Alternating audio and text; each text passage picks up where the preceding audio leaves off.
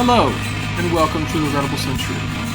It's Chris and Jason today doing another sort of, it's not sort of a history episode. It is certainly a history episode, but it's sort of a, within the tradition of our American Socialism episodes, and this one will be a prequel of sorts. Yeah, this is kind of the before the story begins, backstory. So we're talking about American populism, and American populism isn't like a precursor to socialism. It sort of arises at the same time as socialism in the United States. But a lot of the momentum created by the People's Party goes in to fuel the Socialist Party of America later on. So that's why it's sort of a prequel too.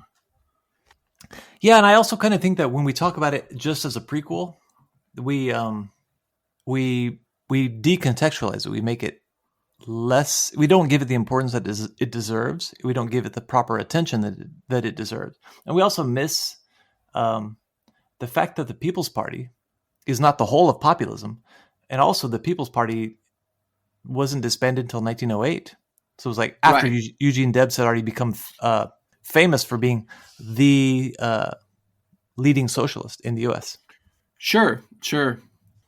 But I think that a lot of the something that gets overlooked is that a lot of leftists think of the People's Party as a sort of conservative counterpart to socialism, rather than like a partner in resistance to the dominance of capital, which once it collapsed, a lot of the energy and a lot of the people flowed into the rural organizations of that made up the Socialist Party, specifically like in Kansas and Texas and stuff like that. Oh yeah, the Texas People's Party was apparently very, very significant. I'm constantly finding out new things, just being blown away. Like one thing, I know I've said this already a couple of times in various episodes, but in Williamson County, which is where, Corn Hill, Texas, which famously does not exist anymore. But in Williamson County for a while in the early 1900s, every household in the county was registered as populist, like for the elections. So like there weren't Democratic or Republican Party voters officially. And that's significant. That level of permeation into the cultural and social sphere just needs to be, better understood. For those listeners who don't know where Williamson County is, all of the northern suburbs of Austin, not all of them, a lot of the northern suburbs of Austin are part of Williamson County, such as Round Rock and Pflugerville and Georgetown, etc., and everything in between. And our great-grandfather, when he immigrated from the Czech lands, settled for a short time in a place called Corn Hill, which was eventually, it just dried up. It's a ghost town now. There's, I think, 2 buildings left, and that's it. Because a railroad went in about 15 miles away or something like that. And it just, everyone moved. They made a new Corn Hill closer to the railroad. Yeah, that happens to be, it looks like that's the story of, actually a big part of the populist movement was demands for the railroads to be centrally planned by the federal government so as to not be quite as chaotic and not so the lifeblood, and thus the rise and fall of towns to not be entirely dependent upon something so chaotic as market mechanisms. Right. Well, let's talk about what the American populist movement was. Like, where did it begin and why? So that's actually one of the harder things to talk about because, and I've made this case before that there's a revolutionary wave in the mid 19th century and doesn't really finish receding until the mid 20th century, really the late 20th century. Right.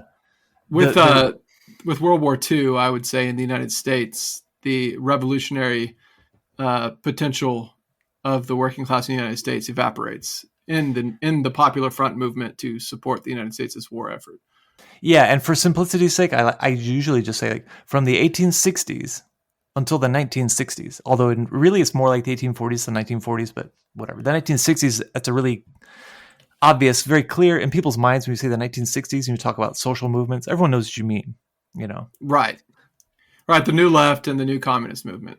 Yeah, civil rights, anti-Vietnam War, a whole series of the United Farm Workers.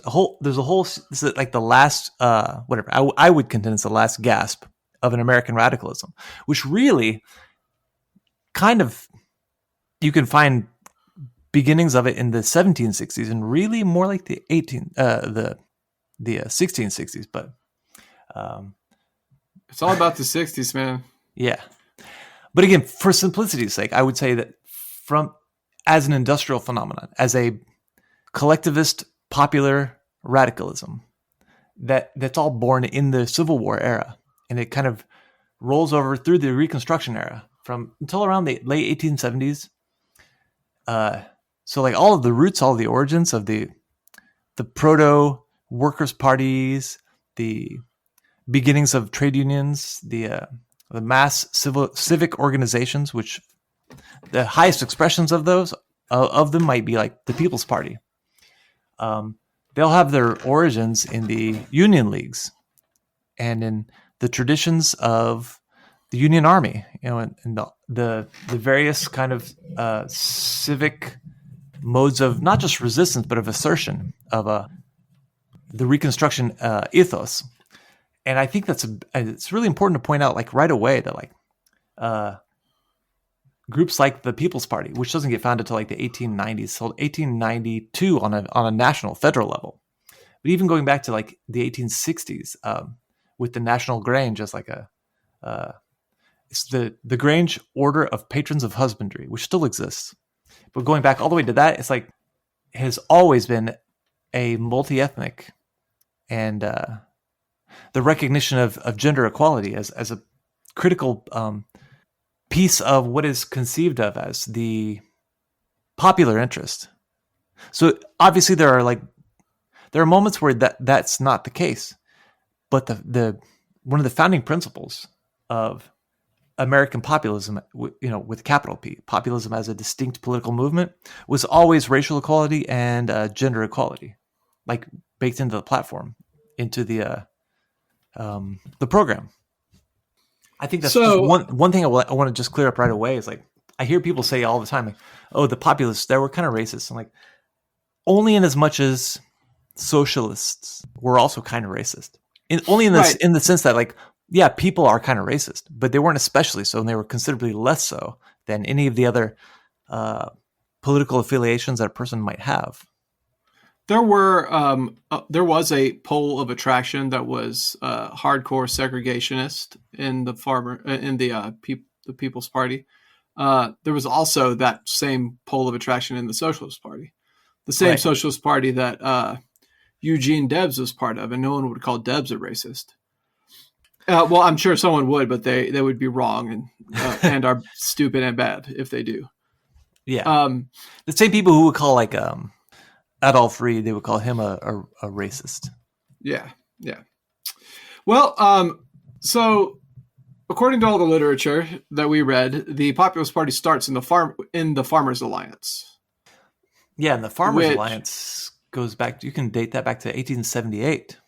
Yeah, and so the Farmers Alliance grew up around just the need to protect individual farmers from the encroachments of big capital from the East. And you had a Black Farmers Alliance and a White Farmers Alliance, and then they sort of get together into a National Farmers Alliance. And then from that alliance grows a political party to represent the alliance, and that's the People's Party. Yeah, but I also feel like there's in addition to the Farmers Alliance, there's also a bunch of other disparate elements that all kind of come together to make the People's Party. Like there's the Greenback Labor Party and the Right. Anti-Monopoly Party.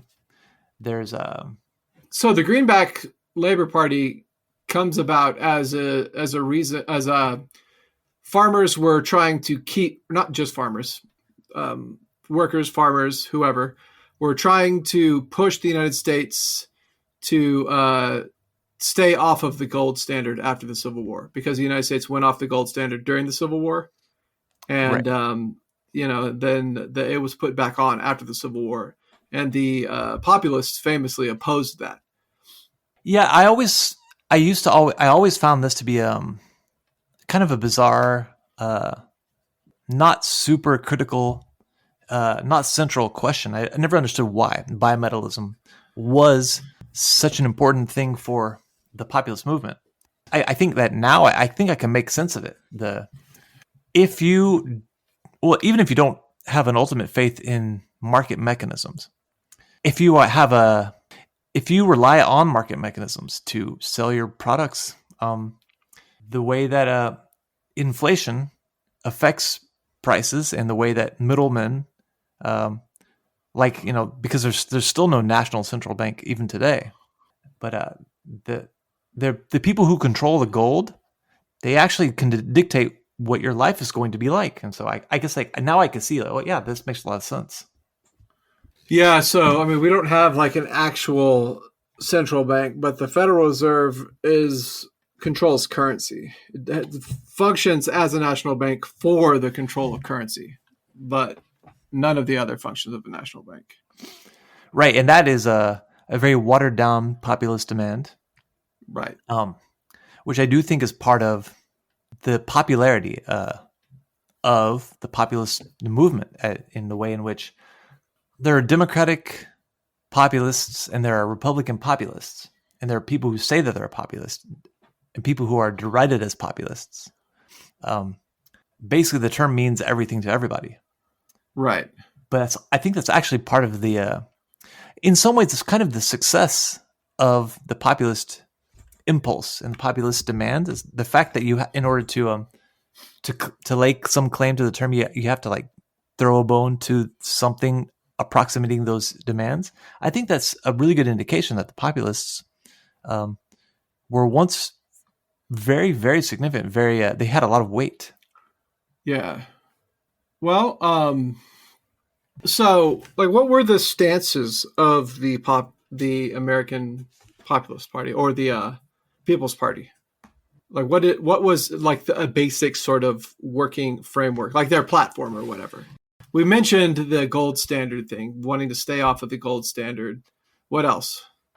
Well, so one critical thing is that they were heavily what they would call producerist. They were right.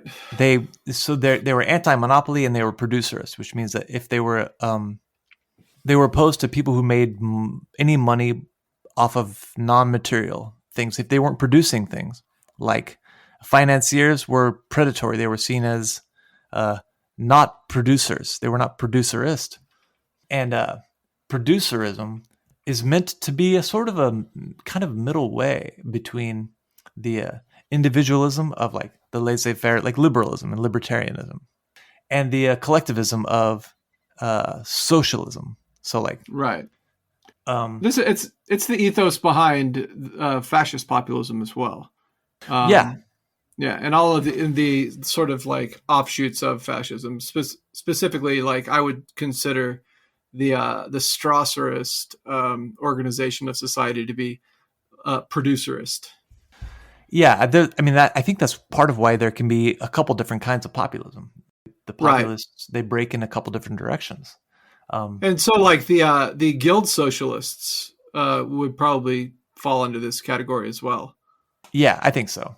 Yeah. Like when the people in the Farmers Alliance and the people in the National Union Party and the people in the Greenback Party, they all kind of get together and say, well, let's come up with a People's Party. It's meant to be vague. It's vague because it's meant to be. It's there's a notion that there are people, common people who just work, and then there are there's a layer in society which is almost like a cancerous tumor, like in a Republican society. there are people who labor, and those of us who are fortunate enough to still own property should be able to keep the property and use it and labor in it. Those of us like in the cities who are forced to live, they live in tenements and they work in factories. They've been robbed of their inheritance, and they're on our side too. So that's how you can have these kind of union labor, city dwellers factions, and also these rural Western and Southern small farmer types. And they see their interests as not identical, but close enough that their enemies are the same. And that's a critical part of it, is that they have the same enemies, and so they have the same interests, even if they don't have a one-to-one, like what's good for a factory worker in Cleveland is not necessarily going to be what's good for a farmer on the outskirts of Omaha, even though what's good for both of them is going to be very much more alike than what's good for the financial interests which determine their lives right now. So it's just sort of like a reformist Bolshevist strategy, essentially. I mean, like alliance of proletarian and peasantry, or alliance of like Eastern workers and small producers in the South and Midwest. Yeah, it's funny because I think that when the Bolshevik Party finds a way to appeal to the peasants, and the American Socialists see nothing in the broad array of populists, and they see nothing in there to ally with. What I see is the Bolsheviks were serious enough to utilize what they had in front of them, and they were like trying to figure out ways to give history a push, so to speak. Whereas in the American tradition, and actually most other countries, up until the Bolsheviks, the socialist movement was kind of counting on history to do the work for them. And in a certain sense, they are, history has vindicated both perspective for various reasons. Like in the U.S. today, there are very few small farmers. Right. And there are enormous agribusinesses and wage workers that work on those farms. And so a socialist populist fusion that was maybe more on display in like 1896 today is not really necessarily something that we should spend a lot of time trying to make happen today. Right. But of course the flip side of that is that in addition to there being very few farmers, there are very few socialists. Yeah. But one of the things I think of that would be sort of like the appeal of a populist orientation these days would be aspirational self-employment. Right? Like everybody in America, with very few exceptions, and the rest of us are and they're all socialists. Either that or they're like billionaires. Wants to be their own boss. That's like the ultimate goal of the American everyman, is to be their own boss and to own their own home, et cetera, et cetera. Everyone would like to open up their own company. They'd like to do whatever it is that they do and at their shitty job, but be their own boss. Well,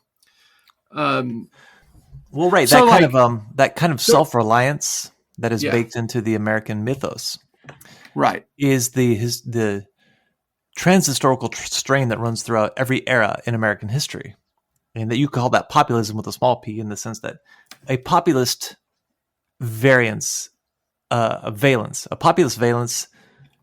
American life is just baked in, and to the extent that socialism is ever popular, populism has always been one valence of that socialism as well. For sure. That's our Jeffersonian inheritance. It's part of our national culture, for sure. Yeah. And that really, it kind of goes back to the in the very long sweep of history. That goes back to the what Marx refers to as the process of creation of the first proletariat, when the commons are closed and people have no means of subsisting on their own, and thus have to go into the cities to find the means of subsistence. So they have to become subordinate, and that's in England. So the English colonization of the Americas, yes, of course it's colored by a few things. Some of them are bad, some of them are really negative. But like Bacon's Rebellion, in as much as it's also an offensive defense of the English colonial settlers against the Native Americans or the native tribes, is also an assertion of the right of enterprising farmers to make their own way. Populism is so baked into our national character, predates our national character. It goes back to some of the earliest expressions of what will eventually become the American revolutionary tradition. So to try to extract ourselves from populism, I think it's first of all, I think it's impossible, but I also don't think it's a useful. It's a fool's errand, is what it is. So it's a waste of effort. Right. I mean, I think of the ideal movement against capitalism in the late 19th and early 20th century, led by the Socialist Party, would, if successful, have included a large rural populist element, either as membership within the Socialist Party or like represented by like the People's Party or something like that. And then there would have necessarily needed to have been like this transitionary state wherein small producers existed alongside, within the cooperative commonwealth, like as Debs would have called it, and the transition to greater and greater levels of collectivization would be fought out in the people's assemblies. So what? Yes, I agree entirely. One thing that I have recently found, partly by I'm gonna hold this up, but I guess I should mention there's a series of books. This one, Toward a Cooperative Commonwealth, by Thomas Alter. It's called "The Transplanted Roots of Farmer Labor Radicalism in Texas." And when I started reading that book, I just thought like "Toward a Cooperative Commonwealth" is it's a catchy turn of phrase for a person who's steeped in American socialist history. Over time, especially as I was reading this book, American Populism, a Social History, by Robert McMath, I came to realize that the Cooperative Commonwealth is a slogan and is an articulated vision that predates the Socialist Party by a very long time. It even predates the People's Party. The Cooperative Commonwealth was something that the huge masses of people who were in the Farmers Alliance were aspiring toward. The Cooperative Commonwealth turns out to have been the perceived logical and hoped for outcome of the American Republican experiment in the first place, going all the way back to like Abraham Lincoln and this notion that wage labor is a crime, but at least it's only meant to be a temporary transitional point in life, and that if any economic system which maintains a whole category of people in permanent wage slavery is antithetical to American values. So for the populists, establishing the Cooperative Commonwealth is another way of saying, make America great again. And the reason why, but in a way that is against capital, so it's like MAGA communism. Well, the reason why I wanted to say make that as a reference is specifically to be able to talk about how populism with a small p is as American as anything else, as American as apple pie, as I say. So there are, when people say, "Oh, Donald Trump is a populist," and they say that in a negative way, and then people who want to defend the populist legacy say, "That's not true. He's not really a populist." They're both right. Right. But there have been some Republicans like Robert La Follette, I actually don't know. I think it's La Follette, who are much more genuine populists. Just like there are Democrats throughout history like FDR and Huey Long and the good Wallace, not George Wallace, Henry Wallace, and Right. Bernie Sanders, who again are like inheritors of that populist tradition. So when the populists get absorbed first by what's his name, the 1890s, William Jennings Bryan, when they Right. fuse with the Democrats, and then other populists fuse with the Republicans, and the other populists fuse with the socialists, I think that's just a very natural historical conclusion to a whole process. They're all correct.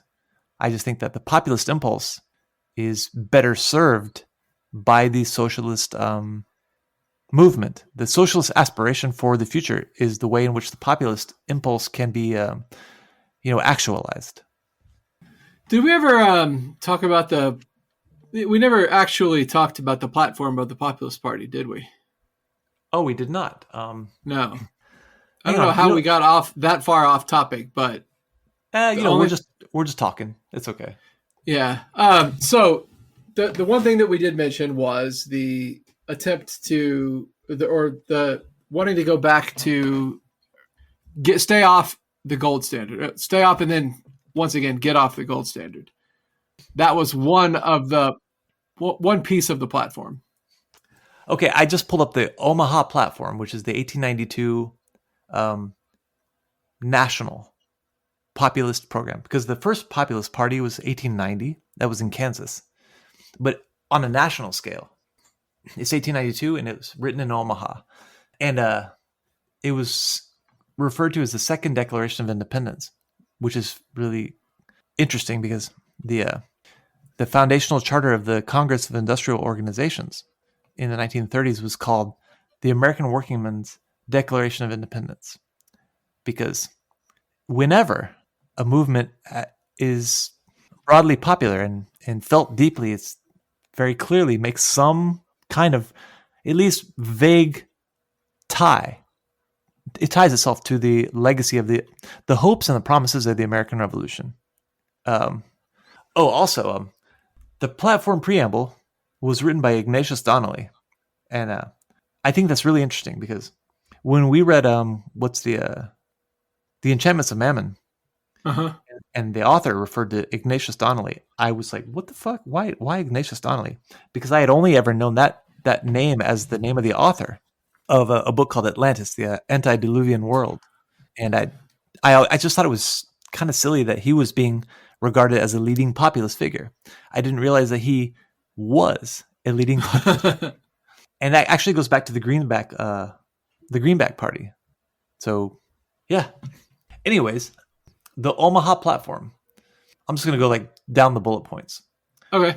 There was a reduction in the working day as one of the demands. It was one of the earliest articulated demands for an 8-hour day comes from this vaguely populist party, which is remembered by a lot of people as being only farmers.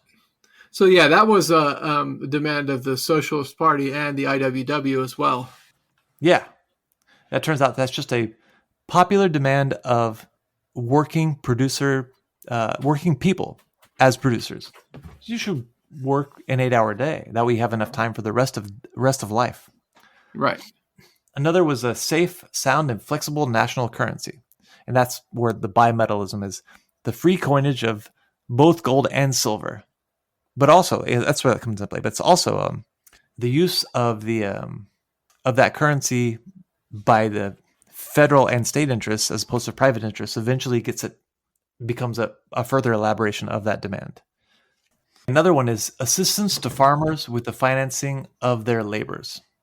And again, it's basically just there's this interesting in the populist world, in the populist movement, there was this kind of seemingly oppositional, and there is something of a bifurcation between the localism and the self-reliance, and that's where the producers cooperatives come in. Like you're a farmer and you collect your crop and you put it into a cooperatively owned and managed silo, and that way all the grain is sold by the cooperative. Yeah.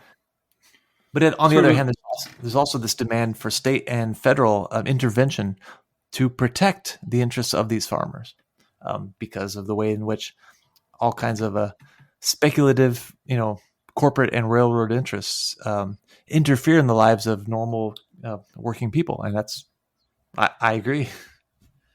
Yeah, I mean that's basically just like the NEP, right? Yeah, Yeah. it's like if you're not going to collectivize agriculture, then the only other alternative is to Cooperatize. have cooperatives, which Yeah. link all of the small local farms into a conglomerate that is, democratically managed. And I think it's a more efficient system. Yeah, I mean, like, for specifically at the time, the massive, just destructive nature of forced collectivization in the Soviet Union and the resounding impacts that it still has to this day can be seen in the war between Ukraine and Russia right now. Yeah. The existence of the Banderites in that control Ukraine right now, of which there are, hardcore right-wing Banderites that are essentially neo-Nazis, and then there are liberal centrist Banderites, which are still like fascist adjacent. But anyway, that is all a legacy of the forced collectivization in the Soviet Union. And it seems to me that like a slower phasing out of the NEP would have been more desirable, not just for humanitarian reasons, but for reasons of stability. Right. Because after the collectivization, the Soviet Union had to fight those Ukrainians, first when they sided with the Nazis, and then again after the war when the OUNB basically carried out a guerrilla and terrorist campaign against the Soviets. So it's, I mean, like now it wouldn't necessarily be something we really had to think about, like, but I do think that offering, say, like, if we as the socialists are like, look, if you want a farm, if you want your family's farm back, from the gigantic agribusiness corporations that drove them off their land and bankrupted them and bought it for pennies on the dollar from the bank, then you can have it, like, as a rallying cry, right? But I think for the most part, we're just going to have to be able to think of more sustainable ways to have collective agriculture, and that might mean decentralization to a certain extent. Right, and luckily we have something of a model already. Yeah.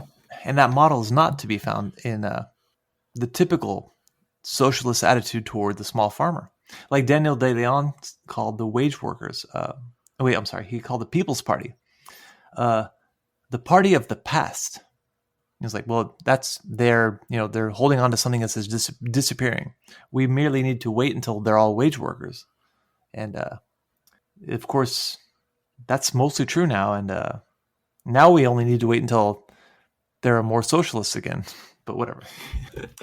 Yeah, but like harnessing the just massive level of anger and discontent towards American capitalism that is misplaced as like rural versus city, or West Coast or Midwest flyover states versus East and West Coast. It could be useful. And I think that, like, I'm in West Texas right now, and I've lived in Central Texas and I've lived in North Texas, and there's all these tiny little towns that have been devastated by farming being either closing down and being shipped outside the boundaries of the United States, or being bought out by gigantic farming conglomerates that don't need the individuals that used to own the land anymore. So, like, there's a massive amount of anger and discontent that manifests itself in, typical sort of right-wing grievances against big government and the millionaires and, people of color and whatever else. That I think against big government and big business, because they are seen, right. And I think rightfully they are seen as more or less the same. They are in this. They're increasingly not synonymous, but there are parallel tracks. Yep. And I've said this for a long time, is like using harnessing that populist anger against the rich and the elites on either coast and whatever else. I mean, it doesn't have to be reactionary. It could be channeled into productive means. Well, right. It's only reactionary if it is ceded to the reactionaries. Well, yeah. Yeah.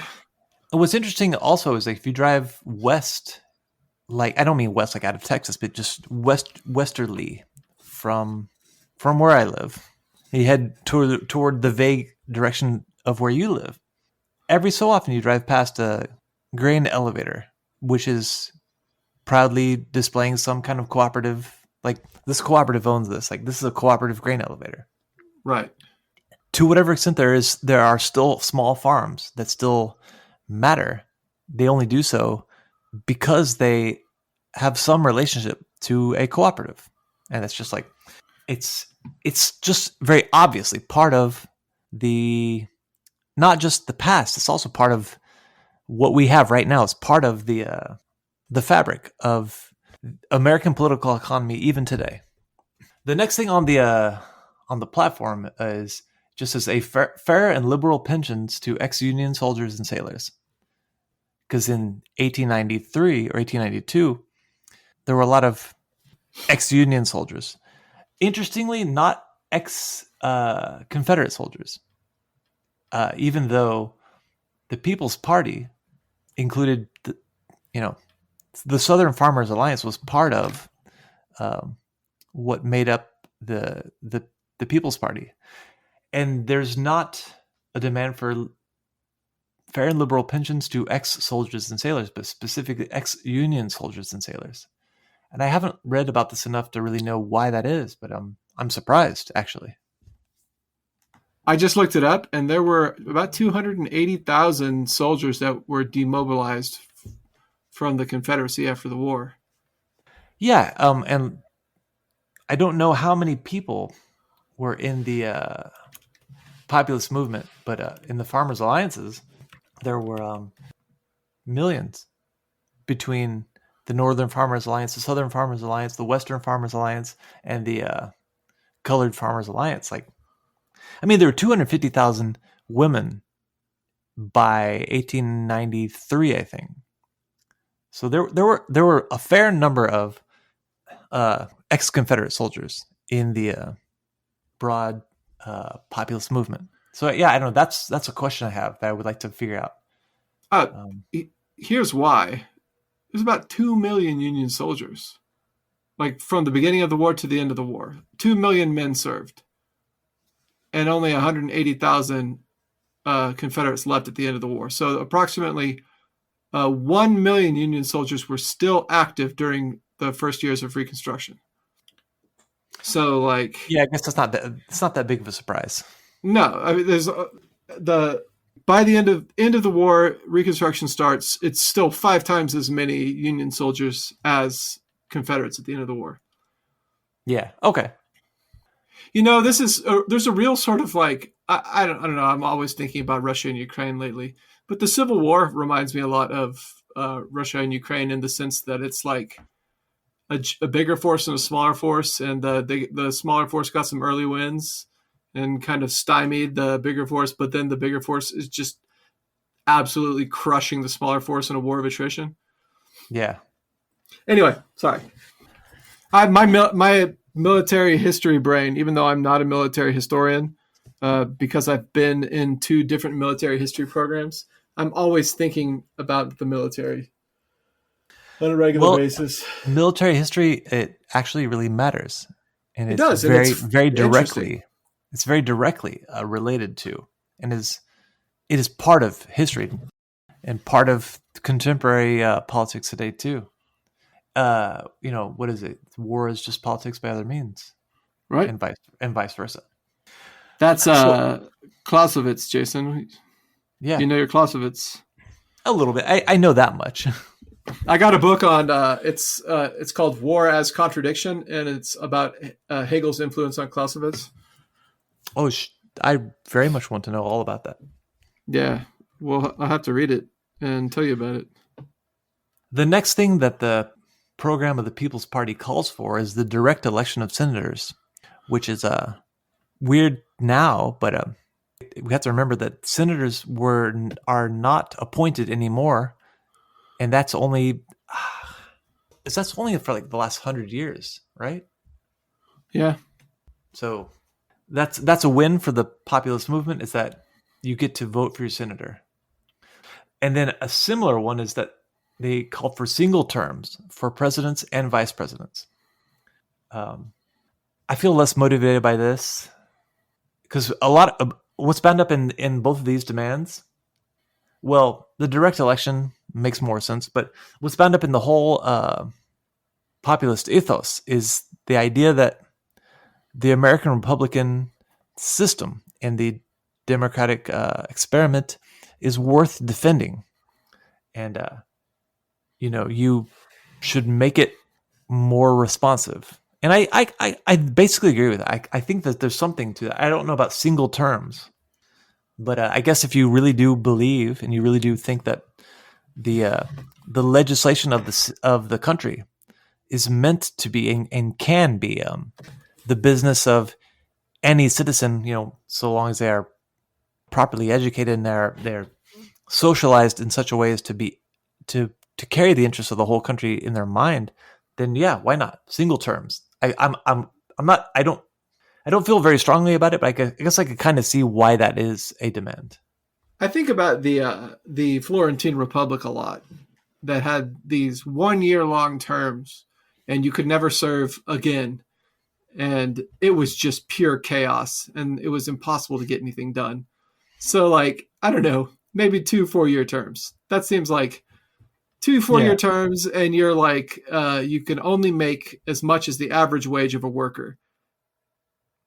Stuff like that. And actually, like, following or implementing laws that keep kickbacks from happening. So, yeah. Yeah, I would say that opposition to lobbying makes more sense. Yeah, in our transitional social populist / socialist state that we're imagining, we wouldn't have to worry about lobbyists because they'd all be hanging from lampposts, right? Yeah, I think that's true. This next thing is worded weird. I kind of want to see this somewhere else. It says the legislative system known as the initiative and referendum. I was like, I don't know what that means. Hold on a second. Oh, like a ballot initiative and a referendum that you put forward for a popular vote, right? You make more laws through ballot initiatives and popular votes than you do from lawmakers proposing things and then having it all done in Congress. That's what that means. Oh, well, yeah. And that's why we have ballot initiatives and referendums as a regular part of American democracy, is because of the Populist Party. I read that somewhere, probably in one of the fucking 9 articles you sent me to read. Yeah, there's one that's the 18. I guess it's the Omaha platform, but I think it's just direct. And the Wikipedia that I'm reading from is kind of trying to summarize. So another error, I don't know about error, but it's confusing anyways. This is the unperverted Australian of secret ballot system. The unperverted Australian? Yeah. No such thing, man. I'm going to grab another cup of coffee while you look this up. Wait, hold on. I want to read from the platform committee, the resolutions. Number 1 says, resolved that we demand a free ballot and a fair count in all elections, and pledge ourselves to secure it to every legal voter without federal intervention through the adoption by states of the unperverted Australian or secret ballot system. Oh, okay. Not the unperverted Australian of secret ballot system. So we want all of our laws and electoral decisions to be made by the unperverted Australian. Which is basically just like an anarchist metaphor for like no one. It's like utopia. It's no place. Shots fired at Australians. This one's for all our New Zealander listeners. That's right. Sadly, one of the unrealized populist demands. It's fucking, we gotta do something about these Australians, man. We have to find at least one that's not perverted. Yeah, we still might. Then the next thing is they called for the nationalization of the railroads, the telegraph, and the telephone systems, or the means of telecommunication and transportation. Hell And yeah. that is a very obvious, it's still a critical, necessary, productive check on the neoliberal. I mean, today would be a check on the neoliberal urge to privatize everything. Whereas at the time they saw it as, if we can directly elect our senators, and if we can have single terms, and we can generally make the Republican government that we have in this country more amenable, more responsive to our, to popular will, then also that same government should be responsible for. And they actually talked in terms of seizure. They should seize the railroad companies and all their assets, and the telegraph and telephone companies and all their assets. Those should all be placed under singular, unitary, national control. And they should be subject to the will, to the oversight of elected, representatives. This is just, to me, this is very straightforward and very obvious why it should be done this way. Right. That's like a transitional demand right there. Yeah. And I think it's still one that would be popular if you could somehow talk about it with everyone. Right. Like if there was a party which had some aspiration to being a popular party, this is one of the demands. And you could just add the internet. Yeah. Instead of the telegraph, which I think the nationalization of the telegraph system is maybe something we could do now. No one would care. Yeah. But I think that the internet instead. Telecommunications and transportation should be nationally owned. Yes.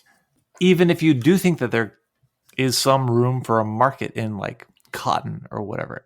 But in terms of the transitional move from the market to the state, this is an easy one. The next thing they call for was just in the truncated form here, is just as a postal savings. And what that means is that there should be interest-free banking through the post office for that's what Bernie rural wanted. communities. Yeah, Bernie Sanders called for this exact same thing. Like a couple years ago. I mean, hell, at this point, it's almost 10 years ago. Oh, I'm showing my age here. Well, and when you say a couple of years ago, you mean like 2020. But even in 2016, it was part of what he was just saying we should do. And we still should do it. We should have the post office act as bank for rural communities, even as much as we should also have all the banks merged into a single national nonprofit banking system. The post office should be the extension of the banking system, so that no matter where you live, you can access the fair and flexible national currency and the everything that a bank does. Then they also called for a graduated income tax, which is very much not the demand of most what are called populists today. That's a really good indication that their populism is mostly false. The pseudo-populists of today, in as much as they are not in favor of a graduated income tax, I would say are not really populists at all. Right. I would say that I'm for a graduated income tax as well, but like significantly more graduated, to the point where it makes billionaires obsolete, and millionaires too. Well, right. Like if you make $50,000 or less, no income tax. If you make $100,000 or less, no income tax. If you make $1 million or more, 100% income tax. That was sounds good to me. Jean-Luc Mélenchon's whatever. That was one of his presidential campaign. Part of his platform was 100% income tax on every dollar over $1 million.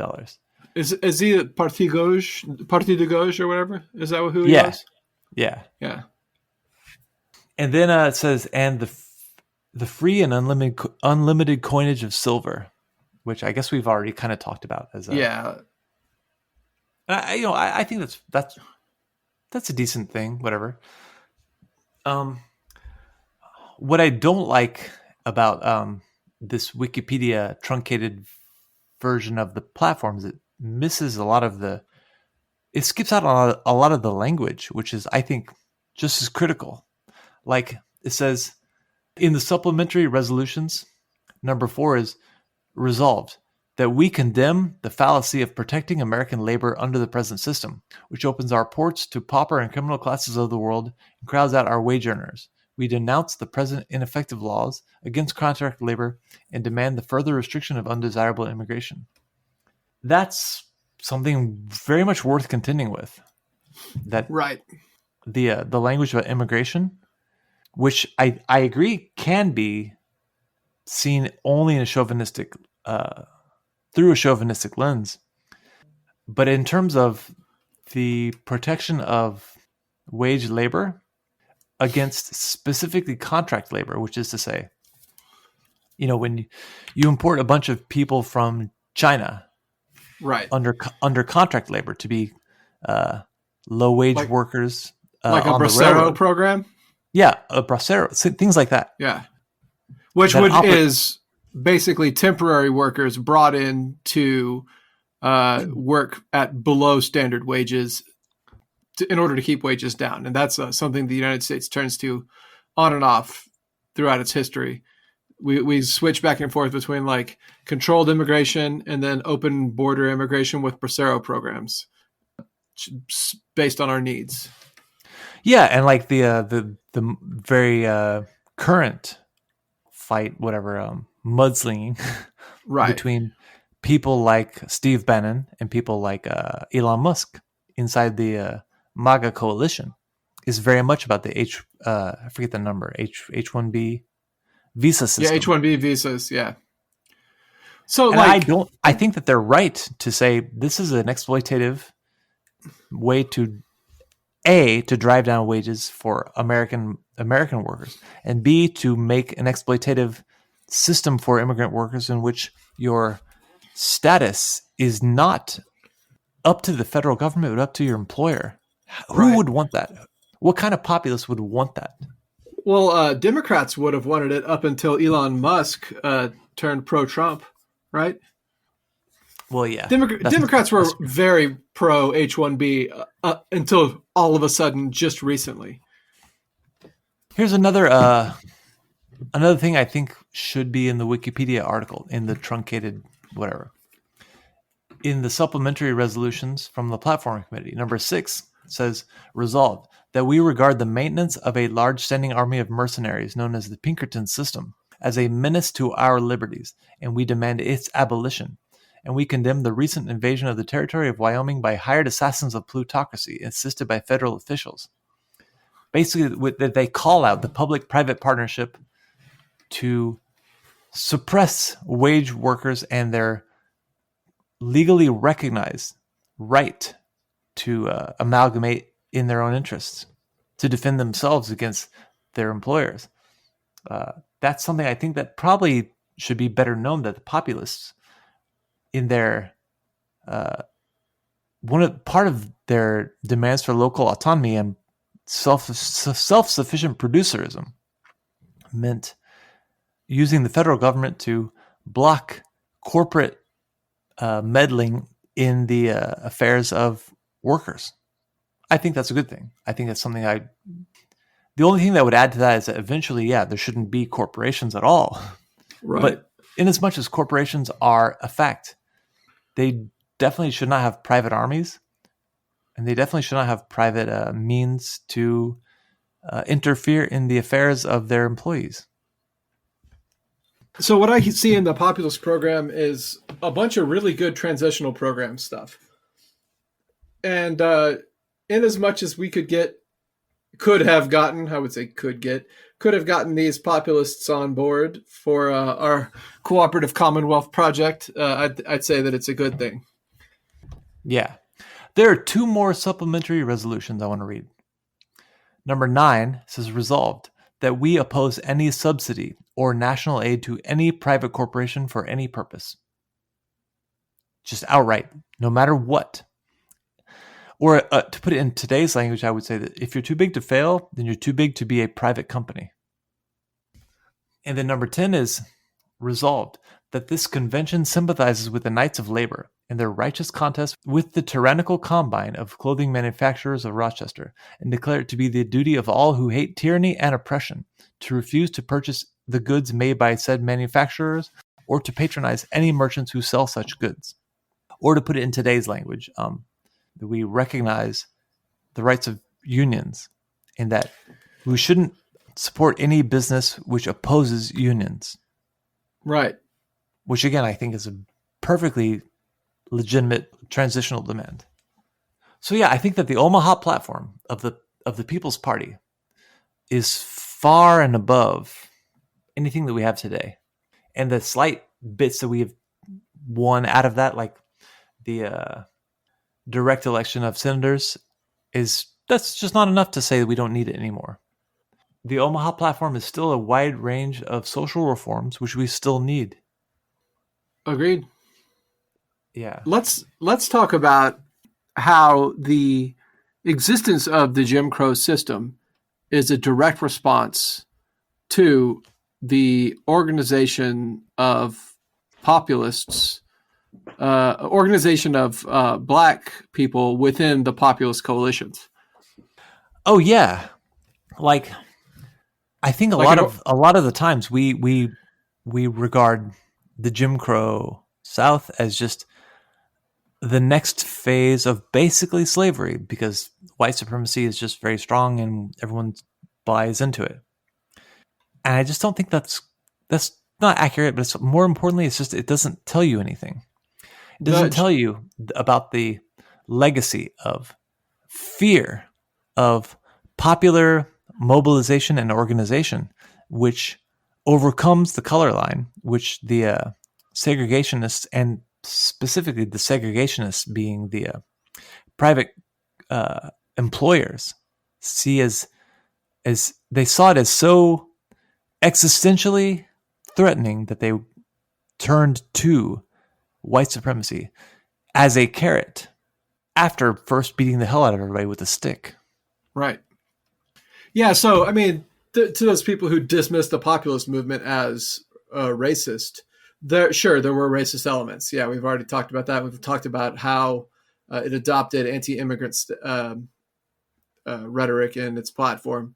But what it also did was organize Black Americans to fight against their own rights for the first time since the end of the Civil War. Yeah, we have to talk about the gains that were made by African Americans or by Black Americans after the Civil War, where they became landowners, they became senators, they became, of equal status with whites before the end of Reconstruction and the attack against this sort of thing. So this was really sort of an attempt to claw back some of the rights that they had lost since the end of Reconstruction. Yeah, and it's this is the reason why I feel like it's important to continually reassert that there is an almost unbroken thread of waves of revolutionary mass struggle at an increasingly higher and higher order of more and more sophistication, going back to the Civil War and really going back to before that. But otherwise, the alternative is to see the South is just racist. Socialism is just a thing that happened, and nothing good has yet happened, but eventually good things will happen out of nowhere. Yeah, that's the best, is the idea that the entire history of the United States is utterly and completely racist and reactionary, and there has never been any good thing that has ever happened. But don't worry, something good will happen soon. Okay, so it's probably worth, yes, you're right. So it's worth noting that populism is more than just a protest movement. Like, too much attention has been paid to populism as a mass protest movement. So like all kinds of historians have talked about the Grange and the Greenback Party and the Farmers Alliance, and even episodes like the Great Railroad Strike, the Cripple Creek Miners Strike, as moments where popular sentiments manifest as protest. And that's all true, but also like in 1892, James Weaver, running on the Populist Party ticket, gets 1,041,029 votes, which is 8.6 of the voting population. And this is at a time in which women have no right to vote yet, and Jim Crow laws, they haven't fully come into full fruition yet, but there's an increasingly like the 1890s is the era in which the Reconstruction is over and Jim Crow laws are starting to be in place. And so 8.6% of the population voting for the Populist Party is a very serious condemnation of both Republicans and Democrats. Today, we barely even recognize this, but at one point we referred to the 1912 and 1920 electoral campaigns of Eugene Debs as the high marks, because where huge numbers of people voted for Debs despite all of the despite the obvious reality that he wasn't going to win. But even as far back as 1892, James Weaver, running on a similar enough program, also got a huge portion of the vote. And that's why in 1896 the Democratic Party has to run on a soft fusionist ticket where elements of the populist platform have to be absorbed by the Democratic Party in order to maintain the party. And of course, they don't win the election, but it's just a credit to how powerful the populist movement was that the Democratic Party formally had to say, "Oh yeah, we're populist too." See, that was adopted in the campaign of William Jennings Bryan, right? Yeah, Bryan, he was a populist, and he just decided to accept the Democratic Party nomination and say that by this kind of fusion, eventually we'll come out ahead. Like we made our stand as an independent third party, and now the Democrats are recognizing us as a necessity, and so we should go into them. Of course, it doesn't work. The Democratic Party co-opts elements of the populist movement, but not enough of the populist demands to actually justify the fusion. The other thing is in 1896 is the historic Supreme Court case, Plessy versus Ferguson, which upholds that's where the slogan "separate but equal." That's where that comes from. That's when Jim Crow's laws officially are recognized by the Supreme Court as constitutional and legitimate. So 1896 is both the political defanging of the populist movement and also the cultural the undergirding of the populist movement starts to get not just a little bit chipped away, but like very heavily. The rug gets pulled out from underneath their feet, because if segregation is the law of the land, then organizing black and white workers and farmers together becomes illegal. Right. Not just difficult, but it becomes illegal. So 1896 is widely recognized as the death of the populist movement as an independent, unique movement. And then, of course, for a few elections afterward, Tom Watson, he reorganizes the Populist Party, which is much diminished. But he reorganizes it and mounts a couple of unsuccessful, but minor bids for the presidency. And he's also increasingly, he's kind of a weather vane. Tom Watson, who he called the corporation the chief of cruelty, greed, corruption, and robbery. But toward the end of his life, Tom Watson, running, I think it was in Georgia, he plays to white supremacist sentiments, and he tarnishes his legacy. Tom Watson is actually a really good example of what happens to populism as a distinct phenomenon. So is this the first instance of the Democratic Party being the graveyard of social movements? It's the first really significant, really obvious, blatant, and historic. There was a third-party movement, which was itself the legitimate political expression of a mass movement, which ranges from producers' cooperatives and mutual aid networks, all the way to like folk heroes like Jesse James and what's the other guy's name? I should have written this guy's Willy name down. Wonka. Oh, Sam Bass, Willy Wonka, and Sam Bass. People like Jesse James and Sam Bass, who are, and all kinds of smaller, lesser known figures who are Robin Hood types who directly, when they rob trains, they only rob the very wealthy and the agents of the corporate agents who are coming through to like represent the railroads or to represent the trusts and syndicates who are trying to break up and elbow out the cooperatives and the private farmers. I used to live on Sam Bass Boulevard. Well, I'm guessing that Sam Bass is the same person that this vigilante against railroad and corporate syndicates, and so that's awesome. But yeah, so this movement, which ranges from the very peaceful to the very violent, it needs to be co-opted. And so the way that they do it is by taking some demands and then making illegal some of the other demands. So it's very much the utilization of the carrot and the stick, where you beat the hell out of your enemy, and then you say, "Hey, we'll stop doing that, and you have this carrot. Just come over here instead." And even then, the last Populist Party campaign was 1908, so it's still a long time. How many years is that? 12 years from William Jennings Bryan running as a Democrat until the end of the Populist Party.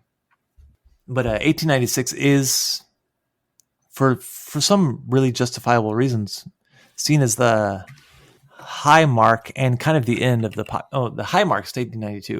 1896 is seen as kind of the end of the populist moment, because from there on out, you have Democrats, Republicans, and Socialists as recipients of the populist sentiment in the country.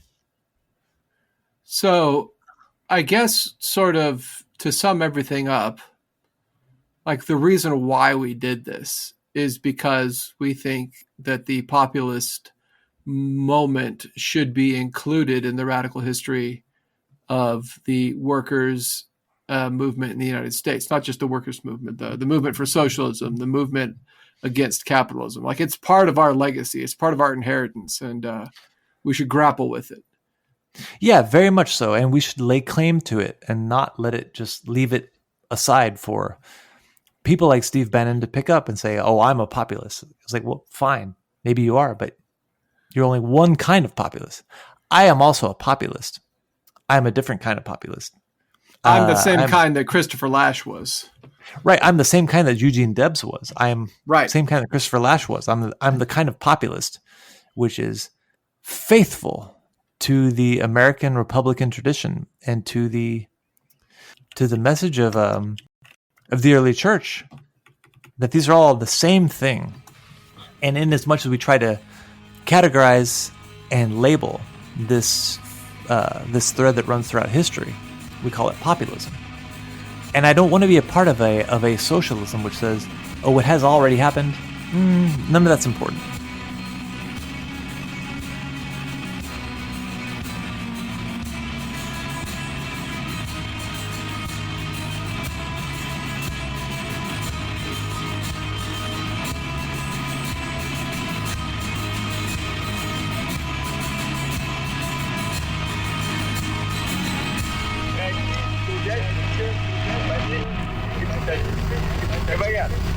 Рабочие и крестьяне не смогут божественно.